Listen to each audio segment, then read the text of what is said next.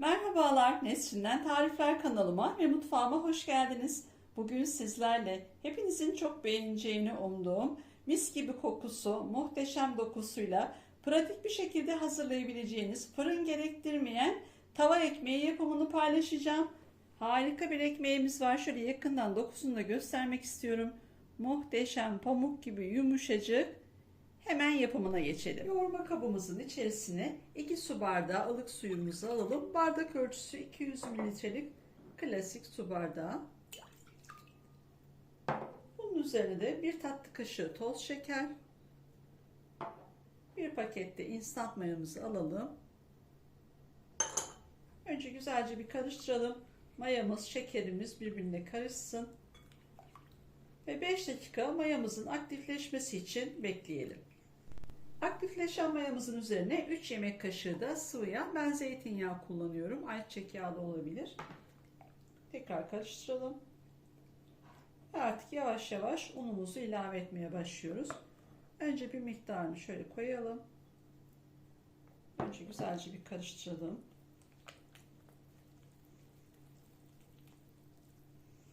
Tuzumu daha sonra ilave edeceğim. Diğer geri kalan kısmını yoğururken.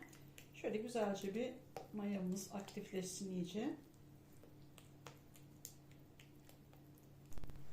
Şimdi unumun geri kalanını biraz daha ilave ediyorum ve artık elle yoğurmaya geçiyorum. Üzerinde 1 tatlı kaşığı tuzumuz var. Bunu da ilave edelim. Ve şöyle yavaş yavaş yoğurmaya başlayalım.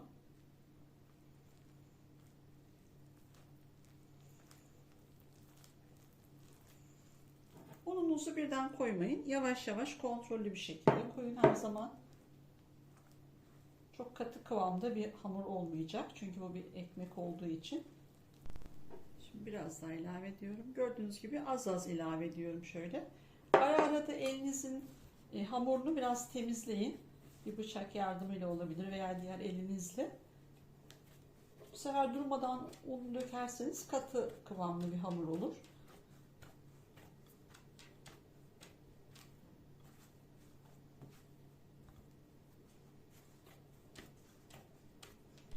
Hamurumu iyice toparladım. Gördüğünüz gibi harika oldu. Yumuşacık ama ele yapışmayan bir hamur. Bakın. Şöyle bir kıvamı var. Katı olmasın. 5 bardak un hazırlamıştım. 1 kaşık bile kalmadı ama bu sizin ununuzun markasına göre, cinsine göre farklılık gösterebilir. Yavaş yavaş son bardağınızı kontrollü bir şekilde koyarsanız çok güzel bir kıvam elde edersiniz. Hamurumun üzerini streç filmle kapattım. Ilık bir ortamda üzerinde örterek ortalama 45 dakika veya 1 saat ortam sıcaklığına bağlı mayalanmaya bırakıyorum. Hamurumuz 45 dakikada gördüğünüz gibi çok güzel bir şekilde mayalandı. Şimdi üzerini açalım. Şöyle elimizle bastırarak hafif gazını alalım.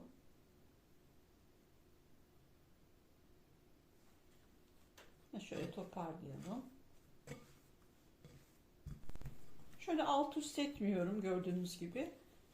Kabımdan ayrılması için sadece şöyle kenarlardan açıyorum. Masamın üzerine biraz un serpiyorum. Şimdi hamurumu şöyle masamın üzerine alıyorum. Tezgahın üzerinde olabilir. Nerede yapıyorsanız fark etmez. Çok hafif de şöyle üzerine de un serpiyorum. Ve elimle şöyle biraz hamurumu büyütüyorum, açıyorum.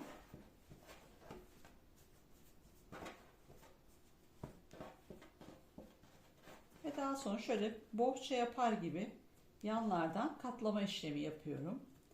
Daha sonra şu şekilde çocuk bezi sarar gibi tekrar şu şekilde görebiliyorsunuz herhalde.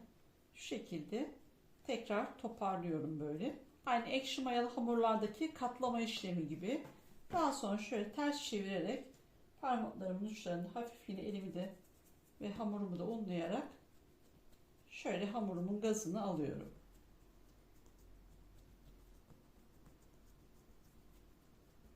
Şöyle basıyorum gördüğünüz gibi. Şimdi diğer yüzeyini aynı şekilde alıyorum. Yine çok hafif un serpiyorum. Ve yine parmaklarımla yine aynı şekilde bastırarak gazını alıyorum.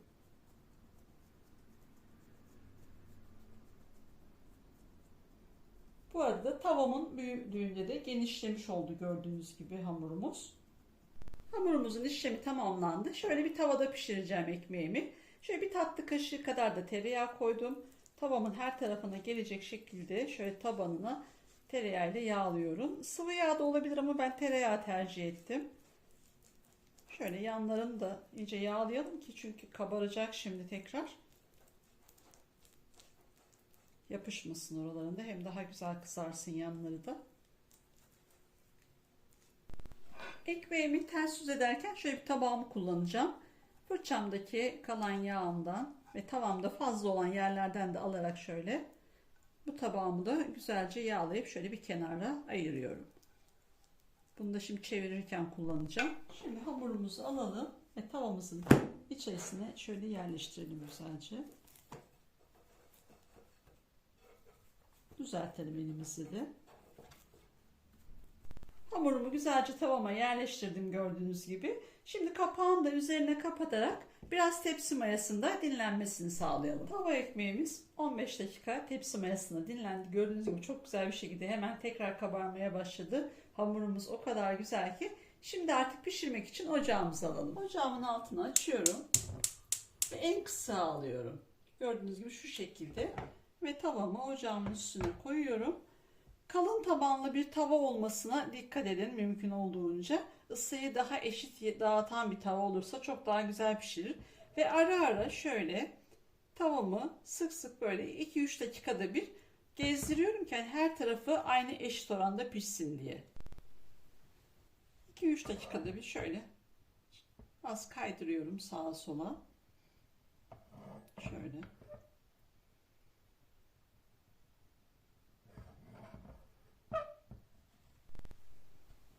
Şöyle göstermek istiyorum. Bakın daha 5 dakika oldu. Tavanın neredeyse ağzına kadar geldi hamurumuz. Benim tavamın çapı 28 santim. 30 santim de olabilir. Daha küçüğü kesinlikle olmasın. Hamurunuz fazla gelir. 28 ve 30 santim çok ideal. Bu şekilde pişirmeye devam ediyor. Bunu da burada bir dipnot olarak belirteyim. Ekmeğimiz 10 dakikadır pişiyor. Gördüğünüz gibi muhteşem oldu. Çok güzel kabarıyor. Kapağı yapışıyor. Onun için ben şu fırçamda olan yağdan şöyle kapağımı yağlıyorum ki kapağıma yapışıp yani bozulmasın yüzeyi diye. Size de bu şekilde yapmanızı tavsiye ederim. Ya da bombeli bir kapak kullanın. Daha bombeli bir kapak kullanın. Benimki çok bombesi olmadığı için hamura yapışıyor. Bu şekilde pişirmeye devam ediyorum. Kapağımı açtım. Şöyle bir spatula yardımıyla yanlardan hafif kontrol ediyorum. Artık kenarları kabuklaşmaya başladı. Ama daha o kadar çok bir kızarma yok. Çok hafif bir pembeleşme var. Şöyle kontrol ediyorum. Bakıyorum tutmuyor zaten artık. Bakın çok rahat ve temiz bir şekilde dönüyor. Bir de şöyle bir şey söylemek istiyorum. Tavanız eğer bu kadar büyük bir tava değilse hamurunuzu yoğururken suyunuzu yarım bardak eksik yapın. Yani 2 bardak değil 1,5 yapın. Hamurunuz biraz daha az olur. O zaman 26 santimlik tavada da yapabilirsiniz. Bunu da belirtmek istiyorum. Tavamın ağzını açıyorum yine. Gördüğünüz gibi çok güzel bir şekilde pişiyor. Şöyle yanlardan da bakıyorum. Artık toparlandı iyice. Şöyle hareket ettiğinde hareket edebiliyor. Şimdi ocağımın altını kapatıyorum. Yağlamış olduğum tavamın üzerine kapatıyorum. Bu aşamada çok dikkat edin. Tava sıcak. Şöyle ters döndürerek ekmeğime bakıyorum. Gördüğünüz gibi altı harika bir şekilde kızarmış. Çok güzel olmuş. Şimdi tavamı şöyle alıyorum. Yine fırçamdaki yağımla tavamın tabanını çok az yağlıyorum.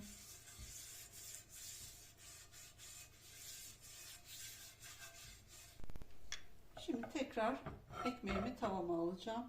Şöyle bir spatula yardımıyla yavaşça tekrar içerisine kaydırıyorum. Bakın tabağım yağlı olduğu için hiç yapışmadı. Şöyle düzeltelim. Tekrar ocağımın altını açıyorum ve en kısa alıyorum. Pişirmeye devam ediyorum. Yine kapağımı kapatıyorum. Yine aynı şekilde hafif hafif ara ara çevirerek pişirmeye devam ediyorum. Kapağımızı alalım. Artık ekmeğimiz çok güzel bir şekilde pişti. Şöyle bakın yumuşacık. Harika oldu. Rengi, dokusu muhteşem oldu. Şöyle bakın, çok rahat bir şekilde de artık dönebiliyor. Camın altını kapatıyorum. Tekrar kontrol ediyorum. Diğer yüzeyde tamamen iyice pişmiş mi diye son bir kez. Şöyle kapağını koydu. Döndürüyorum. Harika. Muhteşem olmuş gördüğünüz gibi. Ekmeğimiz gördüğünüz gibi çok güzel oldu. Muhteşem rengi, dokusu pamuk gibi de oldu. Şimdi artık ekmeğimizin iyice soğuyup içini çekip dinlenmesi için biraz soğumaya ve dinlenmeye bırakıyorum.